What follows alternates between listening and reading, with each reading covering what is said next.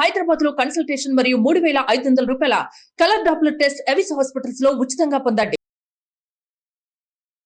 Speaker public speaker Rajani Rama గారు. నమస్తే ma'am. నమస్తే నవీన.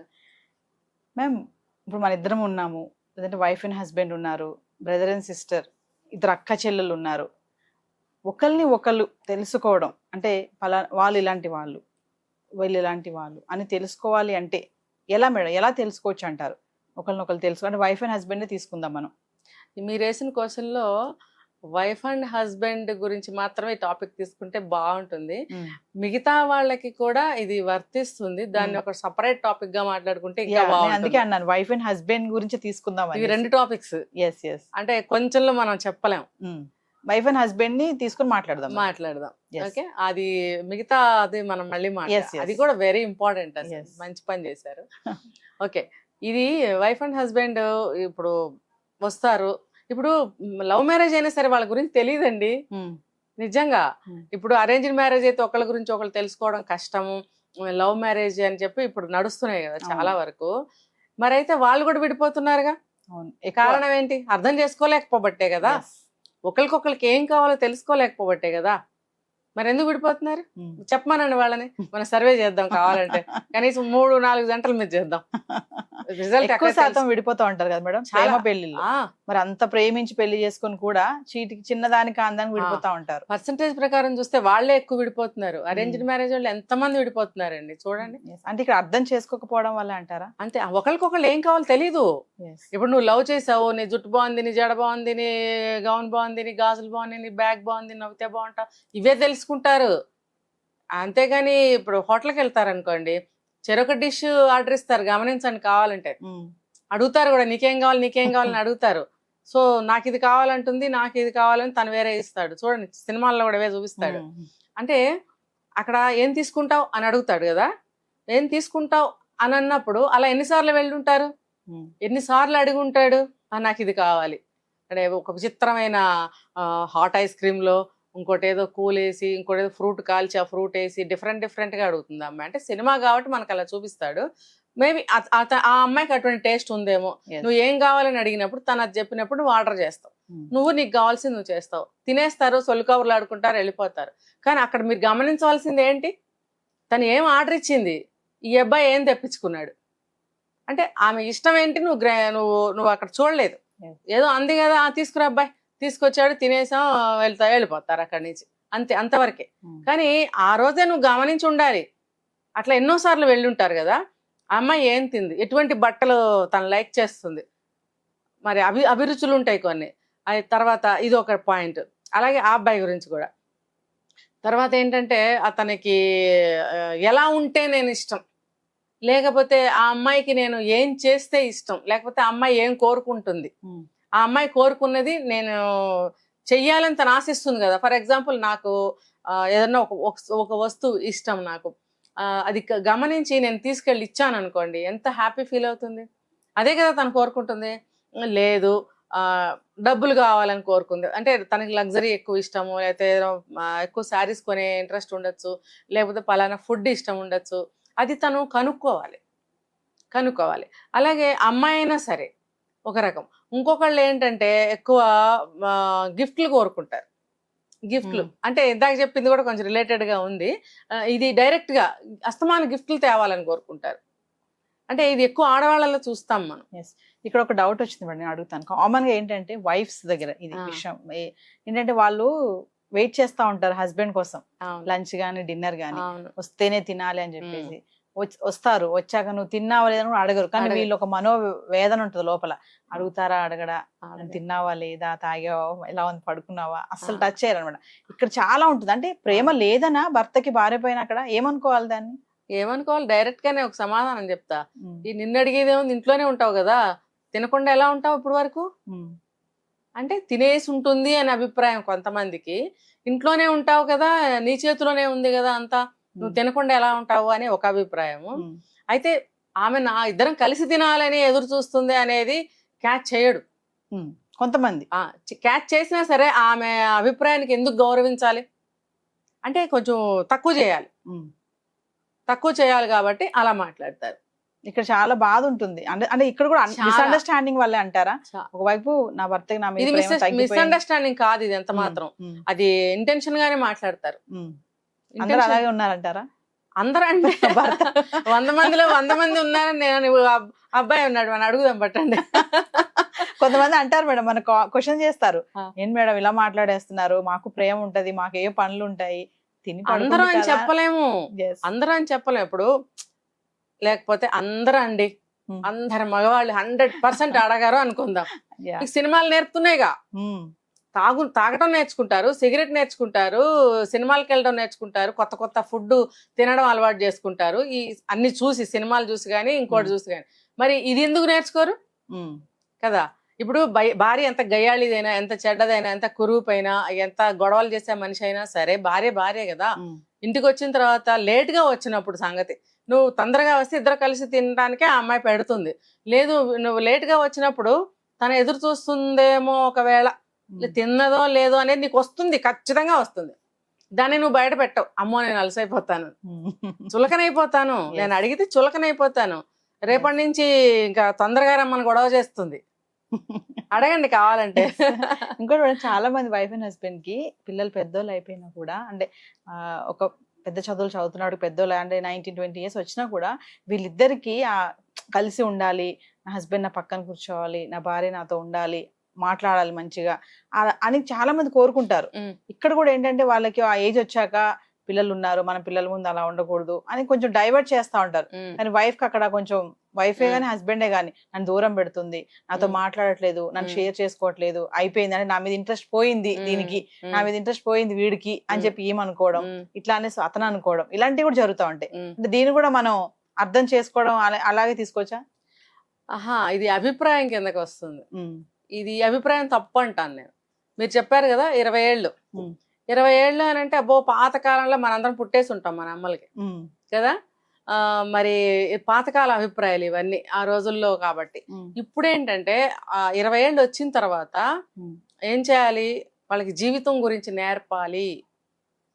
నువ్వు టీనేజ్ వరకు కూడా ఓకే, నేను చెప్పాను చాలా వీడియోస్లో, తల్లిదండ్రులు దూరంగా ఉండాలి పిల్లల ముందు. ఎస్, వాళ్ళు అమ్మా నాన్న అంటే దేవుడు దేవత, పార్వతీ పరమేశ్వరులు అంటారు కదా.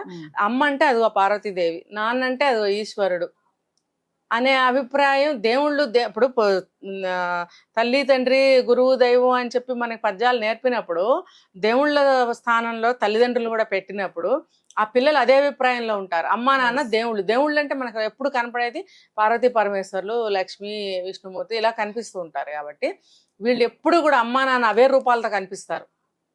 కావాలంటే టెస్ట్ చేసుకోవచ్చు. అలా ఉన్నప్పుడు అమ్మా నాన్న అలాగే కనిపించాలని కోరుకుంటారు. ఇంకో రకంగా కనిపిస్తే వాళ్ళ మైండ్ రిసీవ్ చేసుకోదు. ఎందుకంటే అక్కడ నేర్చుకున్నది వేరు. అమ్మమ్మలు నాయనమ్మలు స్కూళ్ళల్లో కానీ, అమ్మలు చెప్పే కథల్లో కానీ ఇవన్నీ ఉన్నప్పుడు అమ్మా నాన్న ఎందుకు అలా బిహేవ్ చేయటం లేదు? అమ్మా నాన్నలు అలా బిహేవ్ చేస్తున్నప్పుడు ఎప్పుడైనా బై మిస్టేక్ అలా కనిపిస్తే రిసీవ్ చేసుకోరు. కొంతమంది పిల్లలు కొడతారు చూడండి తండ్రిని. అమ్మా నాన్న పక్కన కూర్చుంటే వెళ్ళి కొడతారు, నాన్నని కొడతారు. చిన్నపిల్లలు అమ్మ పక్కన లేగంటారు కదా. మా అమ్మ నాది, నువ్వు లేగు, ఏదో సరసం ఆడబోయాడు అనుకోండి, పిల్లలకి ఏం తెలుసులే, వాడికి ఏదో కొడుతున్నట్టు తిడుతున్నట్టు ఉంటుంది ఆ పిల్లవాడికి. అప్పుడు ఏం చేస్తాడు, అమ్మను ఏం చేస్తున్నావు, నువ్వు దూరం జరుగు అని లాగేస్తాడు, ఇద్దరి మధ్యలో కూర్చుంటాడు. అటువంటి అభిప్రాయం ఆ వయసులో కావాలి. అమ్మా నాన్నలు దేవుళ్ళుగా జీవితకాలం చూడాలి అని అంటే ఆ పీరియడ్లో మీరు ఇలానే బిహేవ్ చేయాలి, పిల్లలకి అదే అభిప్రాయం కలిగించాలి. కానీ 20 years దాటిన తర్వాత అది అంత కరెక్ట్ కాదు. అంటే పిల్లల ముందు ఇష్టం వచ్చినప్పుడు ఉండమని కాదు, పక్కన కూర్చోవచ్చు, తినబోయ్ అనొచ్చు, నోట్లో కొంచెం పెట్టచ్చు, ప్రేమగా మాట్లాడచ్చు, చిన్న చిన్న సరసాలు ఆడచ్చు, చిన్న చిన్న జోక్స్ వేసుకోవచ్చు, సరదాగా భుజం మీద ఇలా అనొచ్చు. ఇవన్నీ వాళ్ళకి నేర్పాలి. పెళ్ళైన తర్వాత లవ్ మ్యారేజో అరేంజ్డ్ మ్యారేజ్ ఎందుకు విడిపోతున్నారు?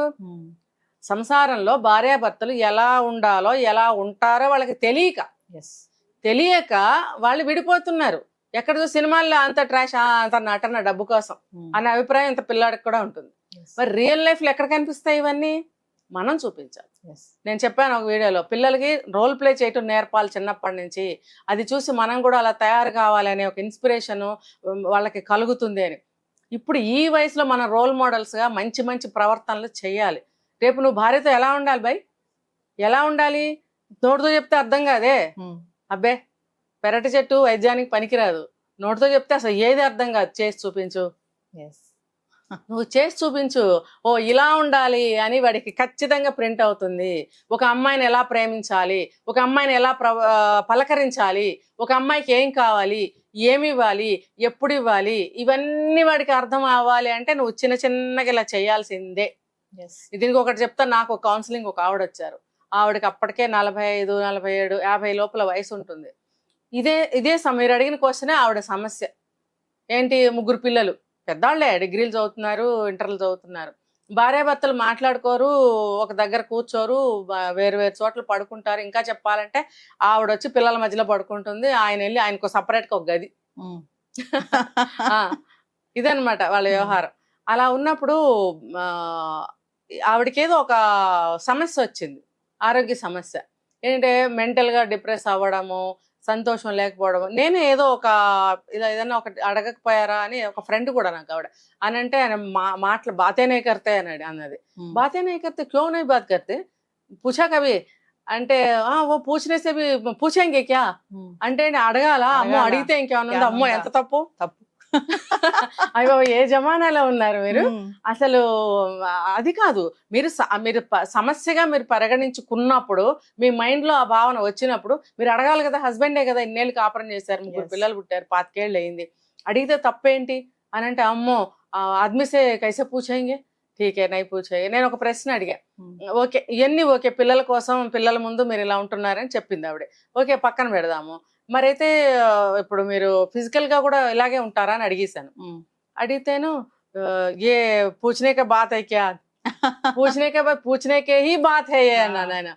అని అన్నప్పుడు నై కైసే పూछेंगे శర్మాతి అయినా గలత్ అయినా గందీ బాత్ అయినా, అరే అట్లా కాదు, మీరు లాస్ట్ లో నేను మాట్లాడిన తర్వాత ఎట్లా అనే దానికి దిగింది ఆవిడ. ఎట్లా అడగాలి, ఇప్పుడు ఆయనకి మీకు ఒకేలా ఉంటాయి. 45-50 లోపల అంటే పెద్ద ఏజ్ ఏం కాదు. ఇది వాళ్ళు గత 15 సంవత్సరాల పైనుంచి పాటిస్తున్న సూత్రాలు ఇవన్నీ. అంటే మరి యంగే కదా ఇప్పుడు కొంచెం పెద్దవాళ్ళు అయ్యారు అంటే ఇన్ని సంవత్సరాల నుంచి మీరు ఒక ఫ్రీజ్ అయిపోయి ఉన్నారు. అంటే ఒక మనోభావాలు పంచుకోవడానికి కానీ, ఇంట్లో సమస్యలు మాట్లాడుకోవడానికి కానీ, అంటే ఒక ఫిజికల్ అటాచ్మెంట్ అనేది ఎంతో దోహదం చేస్తుంది. ఒక ఇద్దరు మనుషులు మనసులు కానీ, శరీరాలు కానీ, భావాలు కానీ దగ్గర అవ్వాలంటే శరీరాలు ఎక్కువగా పార్ట్ వహిస్తాయి, అంతే కదా. ఇప్పుడు సెక్స్ అనేది ఒక పార్ట్ ఆఫ్ లైఫ్ అని ఎందుకు అన్నారు? మీరు గత 15 ఏళ్ళ నుంచి లేదు, 20 ఏళ్ళ నుంచి లేదంటున్నారు. జబ్సే పిల్లలు పుట్టారు అప్పటి నుంచి లేదని అంటున్నారు. అంటే పిల్లల కోసమే పెళ్లి అన్న భావనలో వాళ్ళు ఉన్నారు.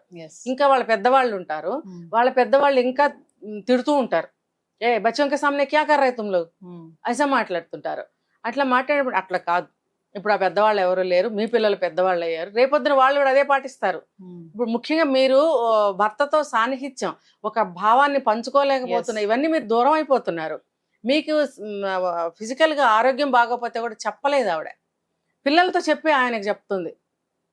ఎట్లా అంటే పిల్లవాడికి ఏదైనా పేరు ఉంది, సపోజ్ సునీల్, సునీల్ కా పాప, సునీల్ కా మమ్మీ, భార్యని పేరు పెట్టి పిలవడు, భర్తని దగ్గరికి వెళ్ళి చెప్పలేదు, పిల్లల ద్వారా వాళ్ళు మెసేజ్లు ఇస్తారు. ఇది ఎక్కడ వైవాహిక జీవితం నాకు అర్థం కాలేదు. ఆ పిల్లలు పుట్టడం కోసం, ఒక జన్మనివ్వటం కోసం ఇద్దరు వచ్చి దగ్గర ఉన్నట్టు అనిపిస్తుందట. నేను చెప్పాను అలా కాదు, మీరు దగ్గరికి వెళ్ళి కూర్చోండి, అసలు ఏం చేస్తాడు నేను చూస్తానని చెప్పాను. అంటే ఇది ఒక ట్రీట్మెంట్, ఇది మాత్రం. అంటే చాలా మంది మనం ఇంత ముందు వీడియోలు చేసాం మేడం, పెళ్లి అంటే సెక్స్ అనుకుంటారు, అంతే కాదు. బంధాన్ని స్ట్రాంగ్ చేస్తుంది, ప్రేమల్ని గట్టిగా నిలబెడుతుంది కలకాలం. నేను చెప్పాను ఆవిడకి, మీరు దగ్గరికి వెళ్ళి కూర్చోండి, అమ్మో చంపేస్తాడా, ఏం కాదు నేను ఇక్కడే ఉంటాను, ఏం చంపాడు, మీరు వెళ్ళి పిల్లలు లేని సమయంలో కూర్చోండి, ఏం చేస్తాడో చూద్దామని వెళ్ళి కూర్చోండి, లేదా మీరు వెళ్ళి ఒక మాట మాట్లాడండి, నాకు రిజల్ట్ వచ్చి చెప్పండి అని అంటే కొద్ది రోజులు టైం తీసుకుంది ఆవిడ. మొత్తానికి ఏదో చెప్పింది, సయోధ్య కుదిరింది. నేను చెప్పా, పిల్లలు లేని సమయంలో మీరు బెడ్ కూడా షేర్ చేసుకోండి, తప్పేమీ లేదు అని చెప్పగా ఆవిడ మారింది, కొంచెం లైఫ్ బాగుంది ఆవిడకి. సో అదంతా వేరే. అంటే ఇప్పుడు ఇక్కడ కూడా మనం ఏంటంటే భార్యకి ఏం కావాలి అంటే, ఆవిడ ఒంట్లో బాగోకపోయినా సరే పిల్లవాడికి చెప్పితే పిల్లవాడు వెళ్ళి చెప్తాడు, లేకపోతే పిల్లవాడికి చెప్తున్నప్పుడు ఆయన వింటాడు. డైరెక్ట్ గా మాట్లాడుకోవటాలు లేవు. మరి ఇప్పుడు భార్యకి ఆరోగ్యమే బాగోలేదా, లేకపోతే ఏదైనా కోరిక ఉందా, అక్కడ వస్తువు కావాలా, లేకపోతే ఎక్కడికైనా వెళ్ళాలని, ఇవన్నీ ఎలా తెలుస్తాయి? సో ఇవి కనిపెట్టాల్సిన పోచి భార్యకి భర్తకి ఒకళ్ళ గురించి ఒకళ్ళకి ఖచ్చితంగా ఉంటుంది. ఇంకొకళ్ళు ఏంటంటే ఎక్కువ గిఫ్టులు తేవాలని కోరుకుంటారు. ఇంకొక కేటగిరీ ఉంటారు ఏంటంటే ఎక్కువ ప్యాంపరింగ్ చేయాలి, ఎక్కువ ముద్దు చేయాలి, ఎక్కువ లవ్ ఎఫెక్షన్ చేయాలి, అన్ని ప్రేమ గారము ఇంకా అన్ని అనమాట, అవి కోరుకుంటారు. కొంతమంది ఇవి అవి అన్ని కలిపి ఉంటారు కొంతమంది, అంటే అన్ని నా తరఫు నుంచి నీకేం వద్దు ఇలా ఉంటారు. సరే, ఏదన్నా ఒక లక్షణాన్ని మనం గుర్తించినప్పుడు అది చెయ్యాలి. భర్త రోజు వచ్చేటప్పుడు అట్లీస్ట్ ఒక 5 రూపీస్ ఒక చాక్లెట్ అయినా, లేదా ఒక రోజా పువ్వు, నార్మల్ రోజా పువ్వు 5 రూపీస్కి వస్తుంది ఇప్పుడు కూడా, తీసుకొచ్చి ఇవ్వరాదా? రోజు ఏదో ఒకటి. అబ్బా, అలా తెస్తే అన్ని మర్చిపోతారు కదా మేడం. అసలు ఏంటి, అసలు ఇంకేం లేదనమాట, పైన నిలబడతారు, ఇంకా దాసోహమే. అంటే ఆ ప్రేమకి అంత గుర్తింపు ఉంది. అంతేగాని రోజు ఒక్కొక్కళ్ళు ఏంటంటే గిఫ్ట్ అంటే అదేదో పెద్ద కాస్ట్లీ అవ్వక్కర్లేదు. ఇదే నేను చెప్పాను కదా, ఒక్కొక్కరికి మరీ నగలో చీరలు పిచ్చి ఉంటుంది, సర్ప్రైజ్ గిఫ్ట్ ఏదన్నా కావచ్చు. పోనీ అట్లీస్ట్ బర్త్డేకో, మ్యారేజ్ డేకో, అట్లా స్పెషల్ డేస్ లో అలా కోరుకుంటారు. అవి చెయ్యరు. ఇవన్నీ సరి చేసుకోవాల్సిన అవసరం ఉంది. సరి చేసుకోకండి, అనుభవించండి ఆ బాధలు. ఇష్టమైతే వినండి, ఇవి విని పాటించుకోండి, పాటించి అప్పుడు కామెంట్ పెట్టండి కింద. Thank you ma'am.